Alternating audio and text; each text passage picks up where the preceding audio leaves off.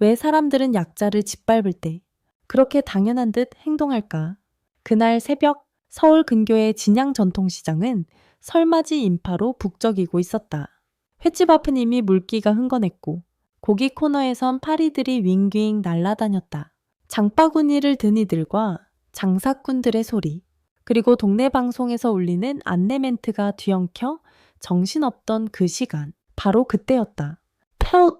예고도 없이 쿵소리와 함께 허공을 가르며 날아간 발길질이 노인을 향해 꽂혔다.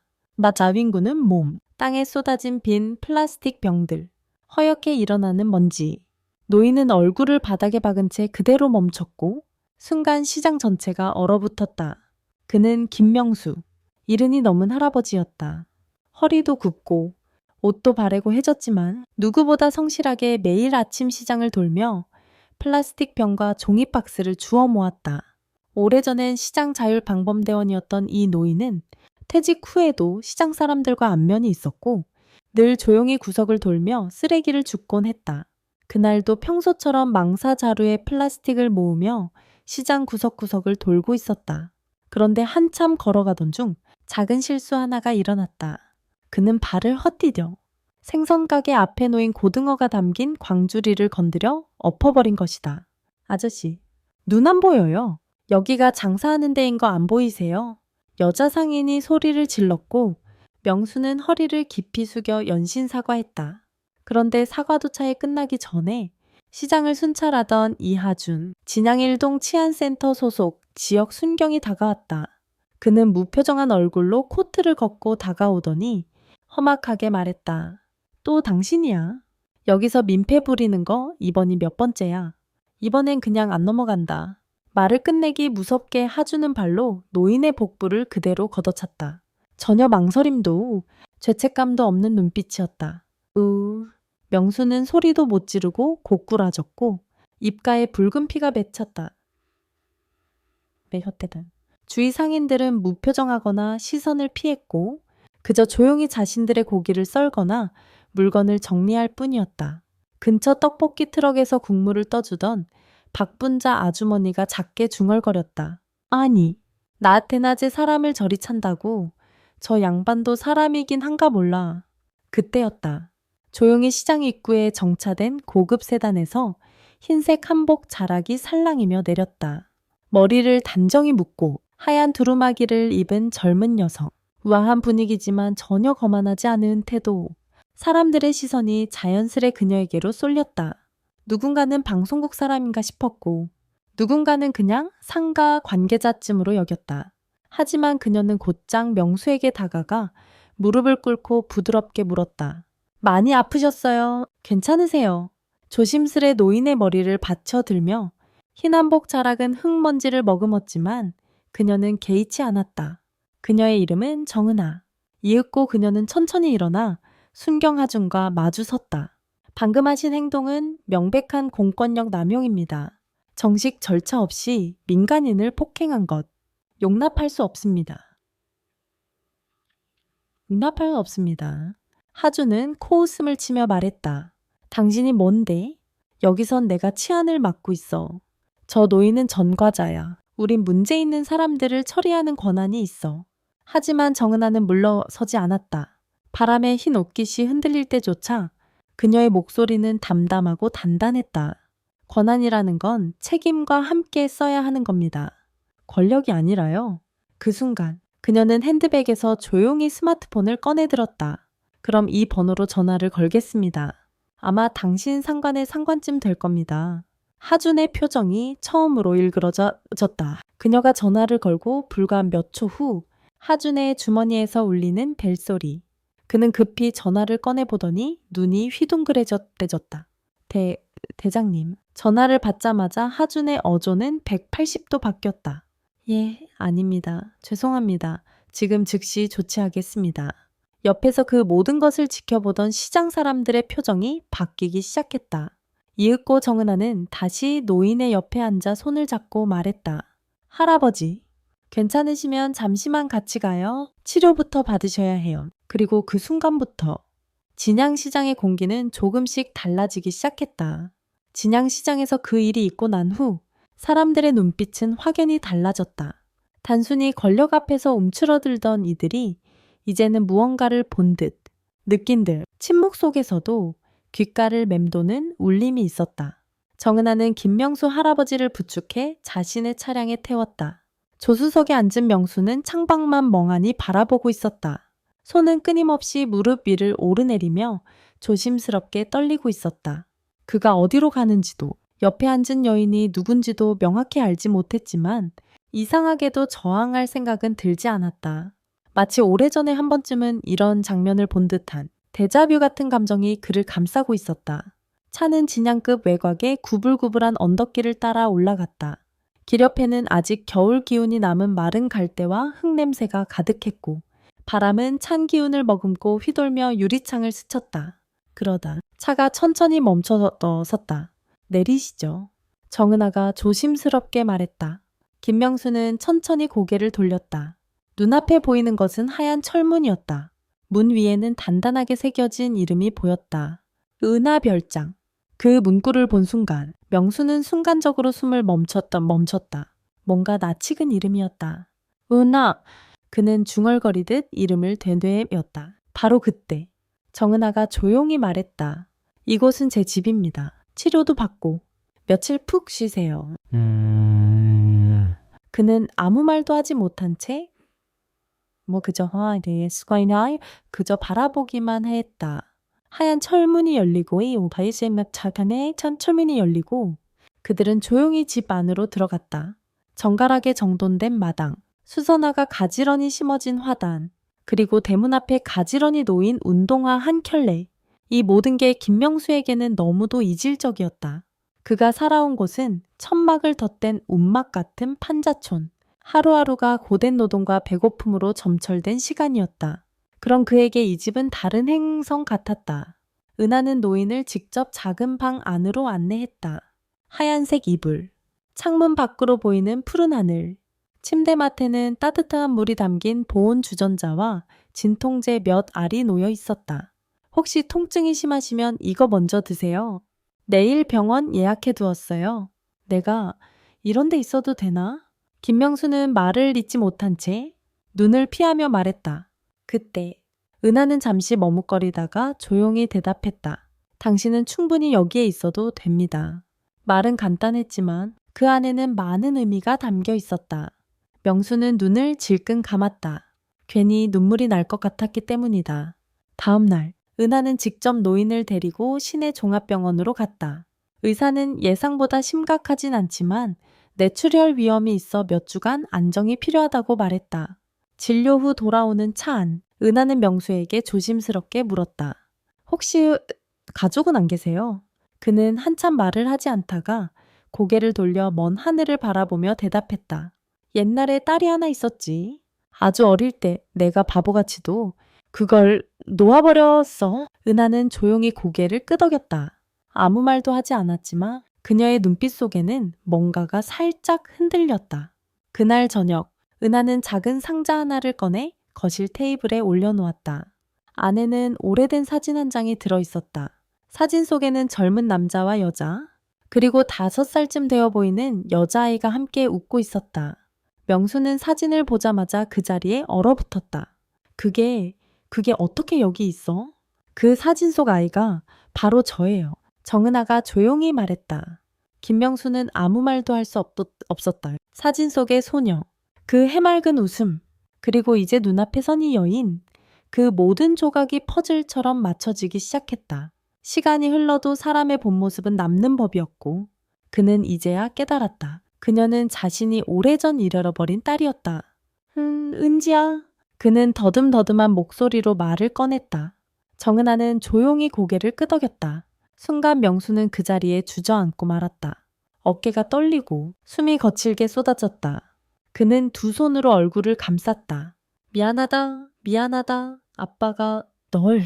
그는 말을 끝맺지 못했다. 목이 메어서 더 이상 말이 나오지 않았다. 수십 년 동안 속에 묻어두었던 죄책감과 그리움이 한꺼번에 터져 나왔다. 정은아는 다가가서 조용히 그의 어깨에 손을 얹었다. 차갑지도 무겁지도 않은 그 손길 하나에 명수는 다시 고개를 들었다. 그의 눈은 붉게 충혈돼 있었다. 왜? 왜 이제야? 그녀는 그 질문에 곧바로 대답하지 않았다. 대신 소파에 앉아 자신의 예시 이야기를 꺼냈다. 엄마가 돌아가시고 나는 고모 집에 맡겨졌어요. 어릴 때는 잘 모르고 지냈죠. 그런데 시간이 지나면서 주변 어른들이 말하는 소리를 들었어요. 걔네 아버지 사람 구실도 못했대. 술만 마시고 일도 안 하고 도망쳤다더라. 뭐 그런 말들이었죠. 그래서 나는 어느 순간부터 아빠라는 말을 입에 올리지 않게 됐어요. 학교에서 가족 소개 시간에도 그냥 돌봐주시는 고모라고만 했고요. 명수는 조용히 듣고 있었다. 숨소리조차 죽이고 마치 죄인의 심정으로. 그러다 커서 일하고 성공했다고 말할 수 있을 정도가 되었을 때도 한 번도 아빠를 찾지 않았어요. 나 스스로 떳떳하지 않았거든요. 아빠를 잊었다고 믿고 싶었고 나 혼자 일어선 거라고 생각했죠. 근데 그게 아니었어요. 정은하는 목소리를 가다듬었다. 아빠를 시장에서 본 그 순간 몸이 먼저 움직였어요. 잠시요, 좀더 움직이겠어요. 무섭고 당황스러웠지만 이상하게도 지켜야겠다는 마음이 들었어요. 그 말에 명수는 눈을 질끈 감았다. 그는 소리 없이 고개를 숙였다. 한참을 그렇게 있다가 조심스레 말을 꺼냈다. 은지야, 아니, 은하야. 넌 이제 잘 사는데 내가 이 집에 있는 게 괜찮을까? 정은하는 단호하게 대답했다. 괜찮고 말고요. 나는 이제 아빠가 여기 계시는 게 당연했으면 좋겠어요. 그 말은 김명수에게 있어서 평생을 덮은 어둠을 비추는 한 줄기 빛이었다. 그는 오랜만에 마음속에서 따뜻하다는 감정을 느꼈다. 며칠 뒤 명수는 은하의 권유로 병원 정기 검진을 받고 몸도 많이 회복됐다. 함께 저녁을 먹고 웃기도 했다. 그러나 여전히 그는 조심스러웠고 멀리서 딸을 바라보기만 했다. 그러던 어느 날 아침, 명수는 부엌에 서서 조심스럽게 뭔가를 끓이고 있었다. 하얀 연기 사이로 퍼지는 고소한 향기. 이 냄새, 설마. 은하가 다가가자 명수는 수줍게 웃으며 말했다. 네가 어릴 때 좋아했던 팥죽 기억하나 싶어서 한번 해봤다. 은하는 그 자리에 멈춰 섰다. 어릴 적 겨울밤 엄마가 끓여주던 그 팥죽 냄새와 너무도 닮은 향기였다. 그녀는 말없이 그릇을 받아들고 한 숟가락을 떴다. 그리고 조용히 말했다.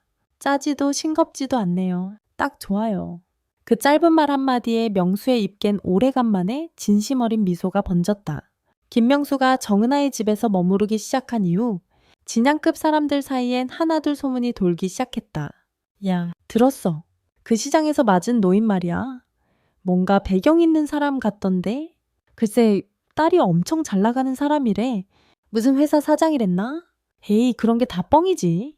거지가 거지지. 뭐가 CEO야? 그런 이야기는 재빨리 SNS 지역 커뮤니티로 퍼져나갔고 진위 여부를 따지기도 전에 수많은 댓글이 붙었다. 누군가는 진심으로 분노했고 누군가는 그저 재미삼아 불을 붙였다. 그러던 중 익명의 계정이 사진 한 장을 올렸다. 오래전 김명수가 알코올 중독 시절 시장 귀퉁이에서 넋이 나간 채 앉아있던 모습이었다. 누군가는 그 사진 밑에 이렇게 썼다. 이런 사람이 과연 희생자일까? 과거는 왜 다들 외면하지? 댓글이 빠르게 달렸다. 그러게요. 뭔가 이상하다고 느꼈어요. 딸이 돈 많다고 덮는 건가요?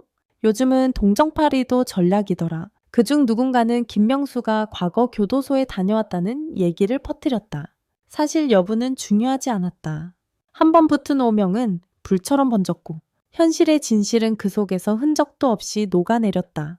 한편 은하는 이 모든 움직임을 조용히 지켜보고 있었다. 그녀는 직접 대응하지 않았다. 대신 천천히 반격의 칼날을 갈고 있었다.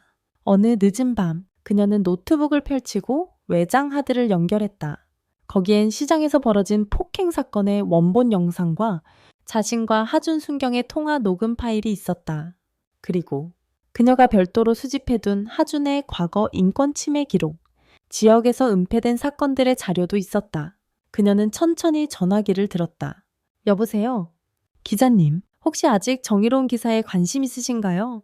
수화기 너머의 목소리는 낮고 침착했다. 정은하 씨, 그 사건 아직 끝나지 않았군요.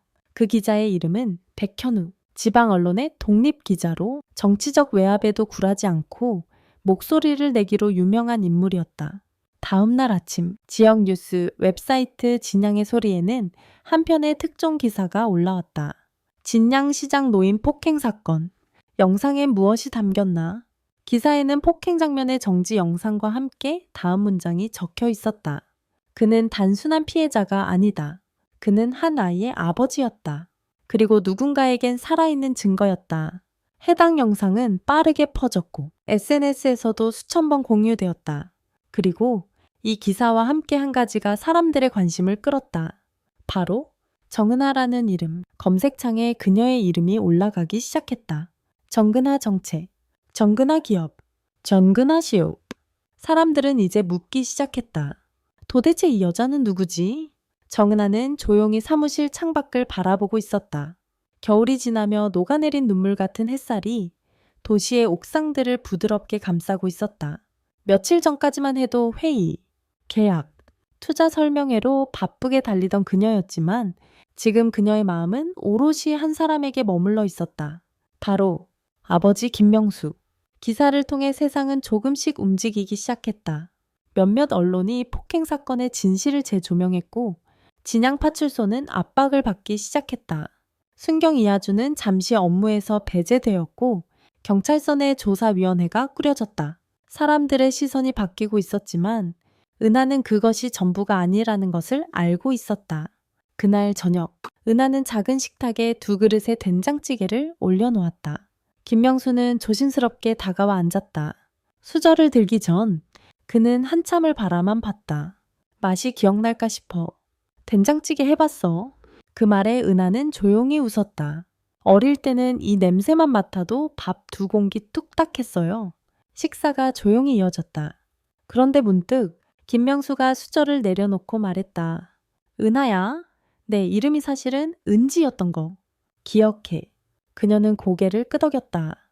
고모가 이름을 바꾸자고 했어요. 새 출발이 필요하다면서 하지만 난 잊지 않았어요. 누가 뭐래도 나는 은지니까. 명수는 눈시울이 다시 붉어졌다.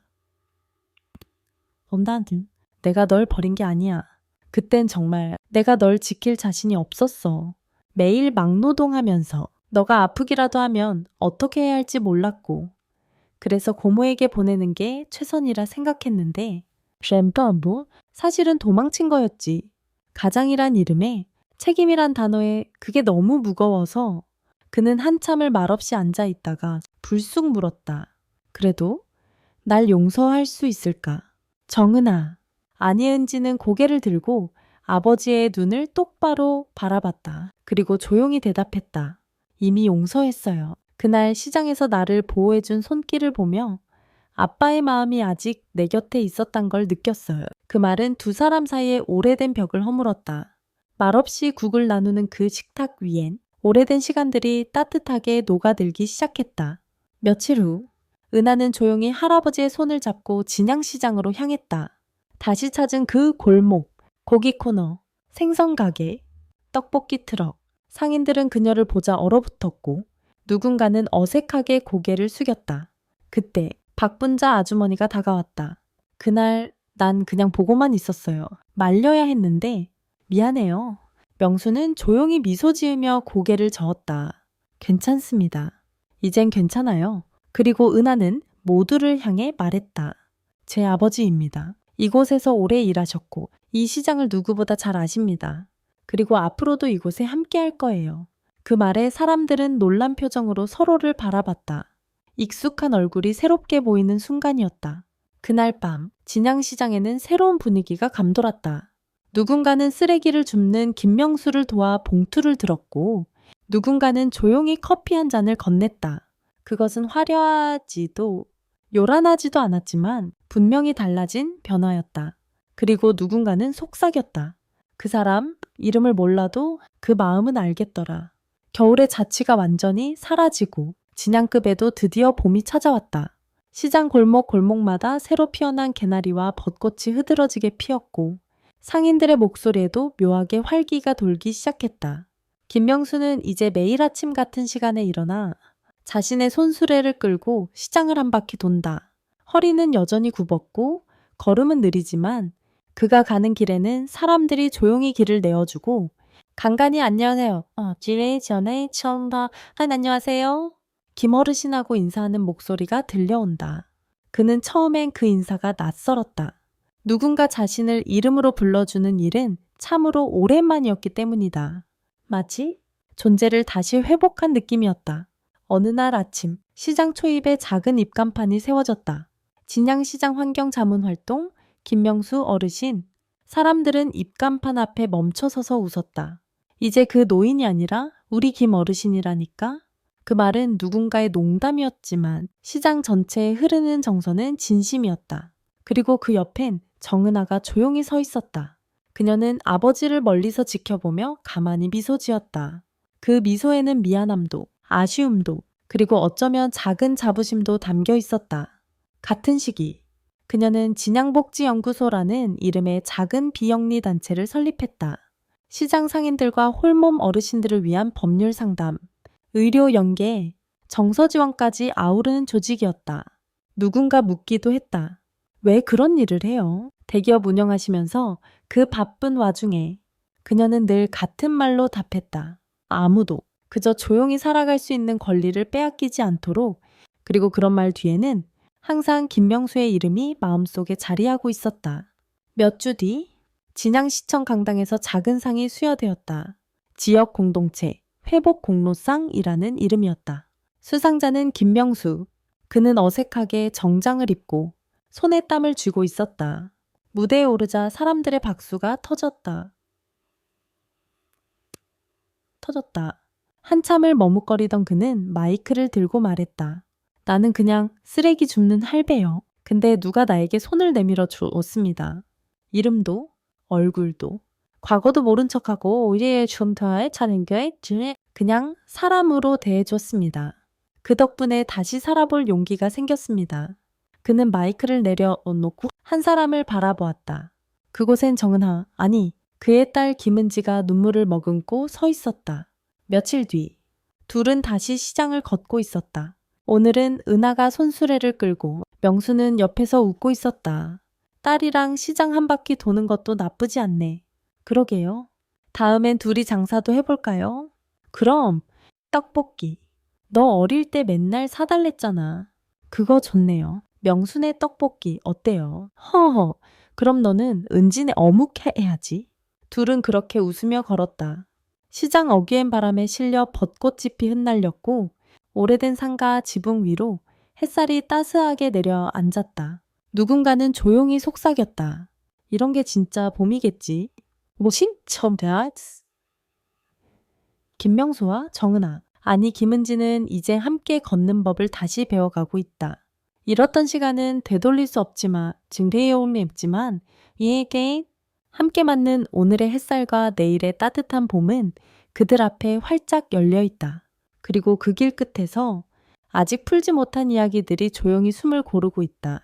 과연 진양시장과 그들의 삶에는 또 어떤 변화가 찾아올까?